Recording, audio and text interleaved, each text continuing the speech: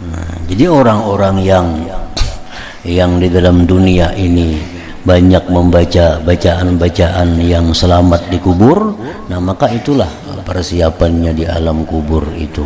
Antara lain di dalam hadis disebutkan bahwa surah-surah yang berfungsi bermanfaat untuk kenyamanan di kubur ini surah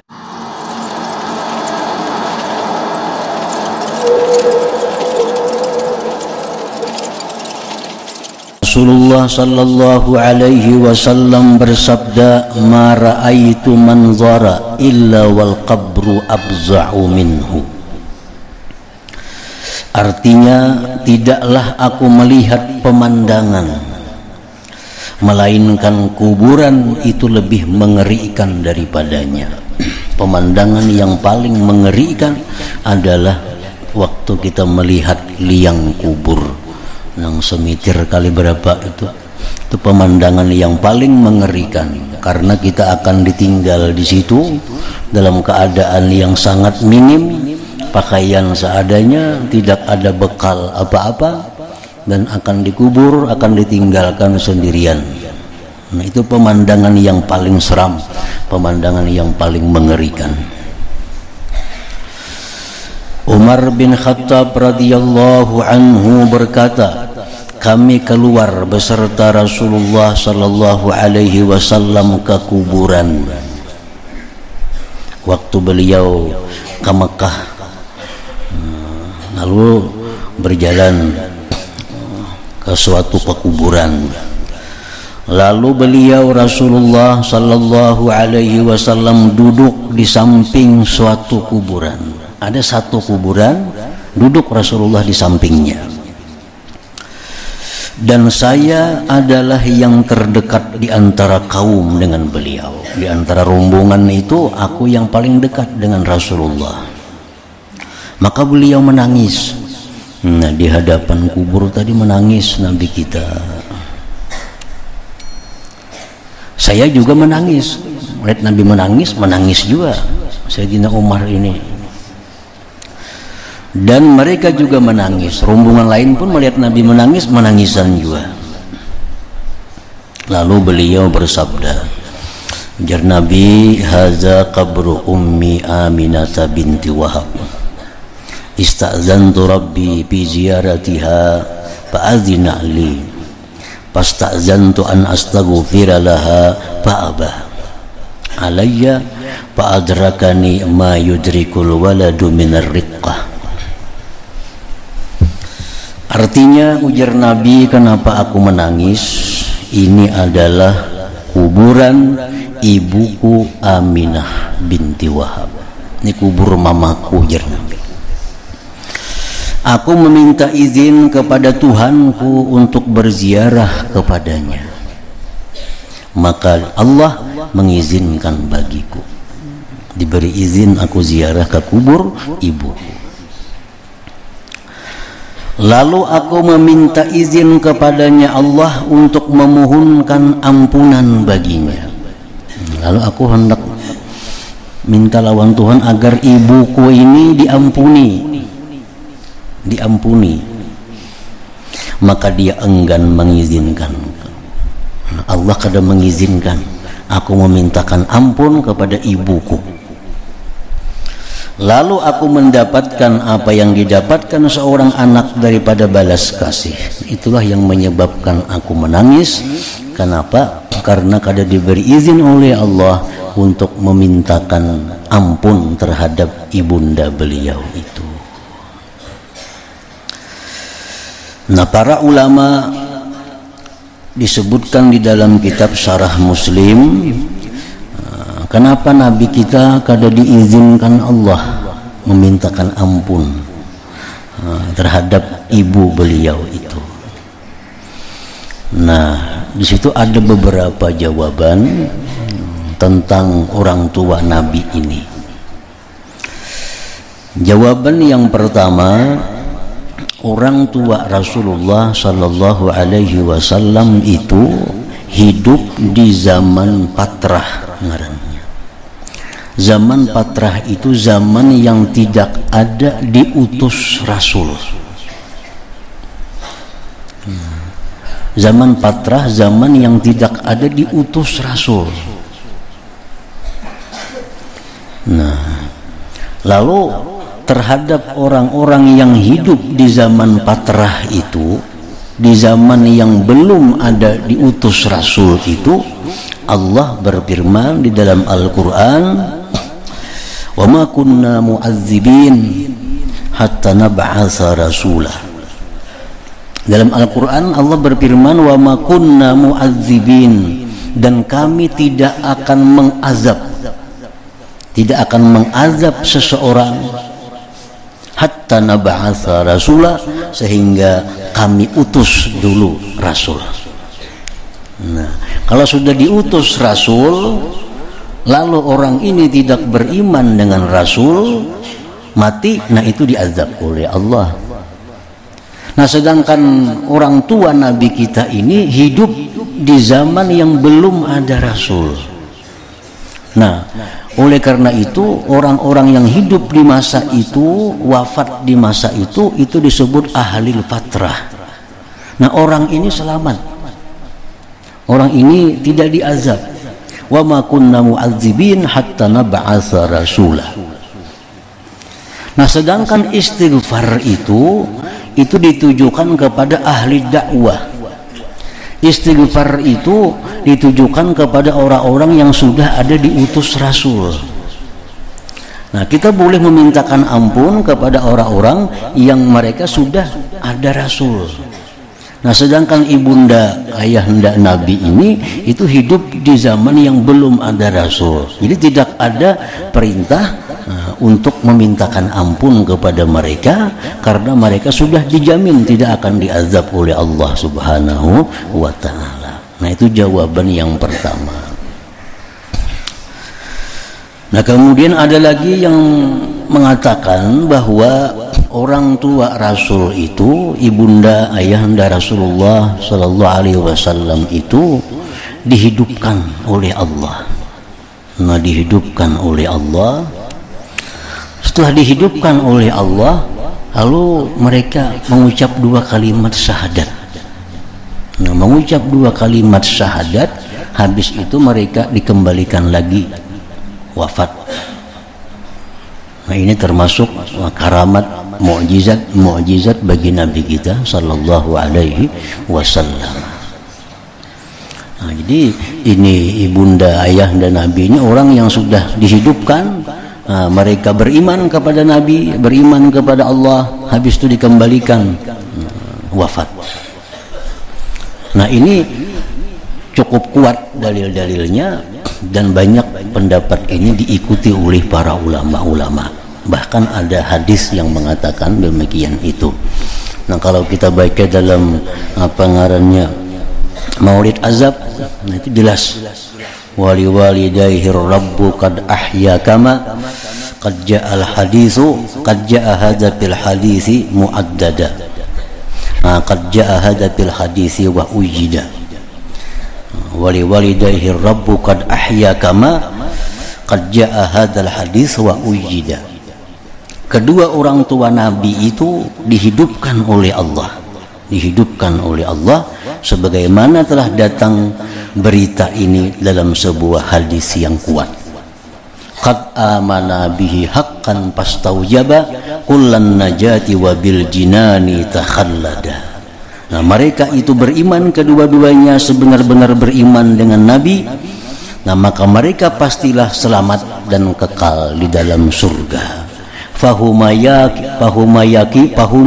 yakinan najiyani wa mayyakul bi khilafina faqad dallas sabila wa ubaida.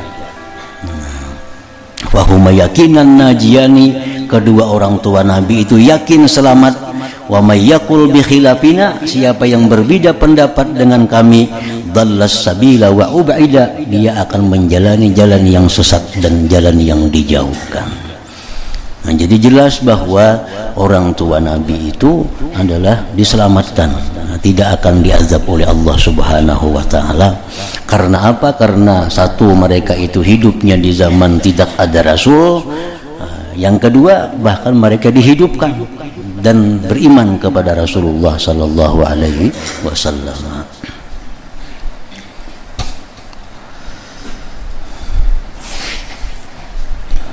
Nah, jadi hadis ini menunjukkan bahwa Nabi kita bilang kepada ibunda, ziarah kepada Ibu Sidin, diizinkan oleh Allah. Jadi ziarah kubur ini sesuatu yang sangat dianjurkan di dalam agama kita, karena dengan ziarah kubur itu yang pertama didapatkan adalah ziarah kubur itu tuzakkirul akhirah, mengingatkan kita kepada akhirat. Utsman bin Affan radhiyallahu anhu apabila berdiri di atas kuburan maka ia menangis sehingga basah jenggotnya.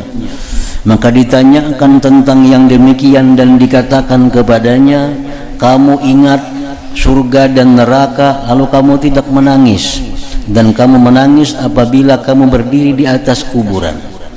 Wahai Utsman, engkau ini kalau berbicara surga, berbicara neraka, kada biasa menangis.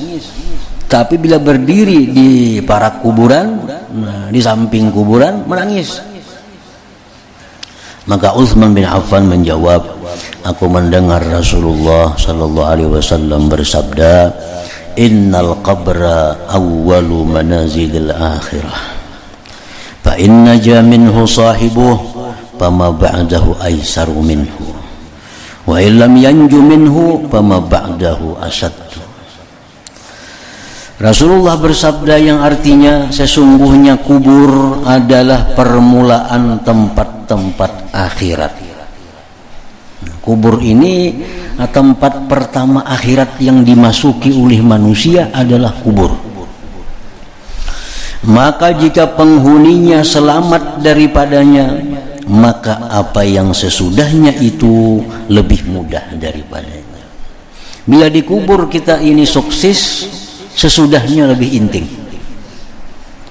Kan sesudah kubur itu banyak, kita akan menemui hari dibangkit, kita akan menemui hari dihalau, kita akan menemui hari dikumpulkan di padang mahsyar, kita akan menemui hari di mana dihisap, ditimbang amal, banyak macam-macam.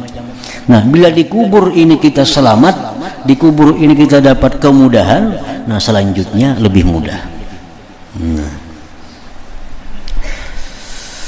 Maka apa yang sesudahnya itu lebih mudah, dan jika penghuninya tidak selamat daripadanya, nah, menjawab munkar nakir kada dapat, umpamanya menjawab munkar nakir kada dapat, maka apa yang sesudahnya itu lebih berat daripadanya. Nah, jadi kalau orang dalam kubur ini kada selamat, dia kada sukses menghadapi fitnah kubur, maka hari berbangkit lebih parah lagi, di padang mahsyar lebih sulit lagi, waktu dihisap amalnya lebih sulit lagi, karena di awalnya sudah sulit berdahulu. Nah, itu ujar Sayyidina Utsman yang membuat aku menangis bila aku berdiri di sekitar kubur. Dikatakan bahwasanya Amr ibn al-As melihat kepada kuburan, lalu ia turun dan mengerjakan salat 2 rakaat. Amr bin As bila lewat di kubur singgah cuma sembahyang 2 rakaat. Maka ditanyakan kepadanya, kenapakah itu piani bila lewat di pakuburan singgah sembahyang 2 rakaat? Ini adalah sesuatu yang tidak pernah kamu kerjakan, wahai Amr bin As. Maka Amr bin As menjawab, saya ingat kepada penghuni kubur dan apa yang terhalang antara mereka dan antaranya. Penghuni kubur sudah dalam kubur hendak berbulik ke dunia, hendak jadi orang yang penyembah ya, hendak jadi orang yang baik. Itu penghuni kubur begitu mengalami dahsyatnya kubur, hendak berbulik ke dunia, hendak jadi orang penyembah yang, hendak jadi orang yang penuntut ilmu, hendak jadi orang yang banyak berzikir, cuma terhalang. Nah, jadi itulah yang menyebabkan aku bila melihat kubur singgah sembahyang 2 rakaat. Artinya tampulu belum terhalang lagi. Tampulu belum terhalang. Maka saya ingin mendekatkan diri kepada Allah dengan 2 rakaat itu. Mujahid berkata, pertama yang berbicara dengan anak Adam adalah lubangnya kuburannya. Maka ia berkata, begitu kita masuk ke dalam kubur, sudah ditutup dengan tanah, belum datang lagi munkar nakir, kubur ini sudah berbicara. Saya jari kubur adalah rumah ulat, rumah ulat, rumah sendirian, rumah terasing, dan rumah kegelapan. Inilah yang saya sediakan untukmu. Inilah fasilitas yang ada di sini. Ulat banyak, gelap gulita, sempit. Maka apa yang kamu sediakan untukku? Ini persediaanku ini. Itampeng apa ada persediaan? Jadi orang-orang yang di dalam dunia ini banyak membaca bacaan-bacaan yang selamat di kubur, nah maka itulah persiapannya di alam kubur itu. Antara lain di dalam hadis disebutkan bahwa surah-surah yang berfungsi bermanfaat untuk kenyamanan di kubur ini surah Al-Muluk, Tabarakalladzi biyadihil mulku, itu tiap malam dibaca. Orang yang membaca surah Tabarakalladzi biyadihil mulku itu tiap malam, itu dia akan selamat daripada gangguan-gangguan kubur itu. Dia selamat daripada fitnah munkar dan nakir. Surah Yasin masuk juga, surah Alif Lam Tanzil As-Sajdah. Nah itu surah-surah yang banyak kegunaannya untuk keselamatan, kesejahteraan di dalam kubur bila mana kita mengamalkannya setiap malam. Abu Dzar radhiyallahu anhu berkata, maukah aku beritahukan kepadamu tentang hari kefakiranku? Ujar Abu Dzar Al-Ghifari, maukah kalian tahu tentang hari apa aku sangat fakir? Yaitu hari di mana aku diletakkan dalam kuburku. Nah, waktu diletakkan dalam kubur itulah manusia berada dalam keadaan yang sangat fakir, sangat miskin.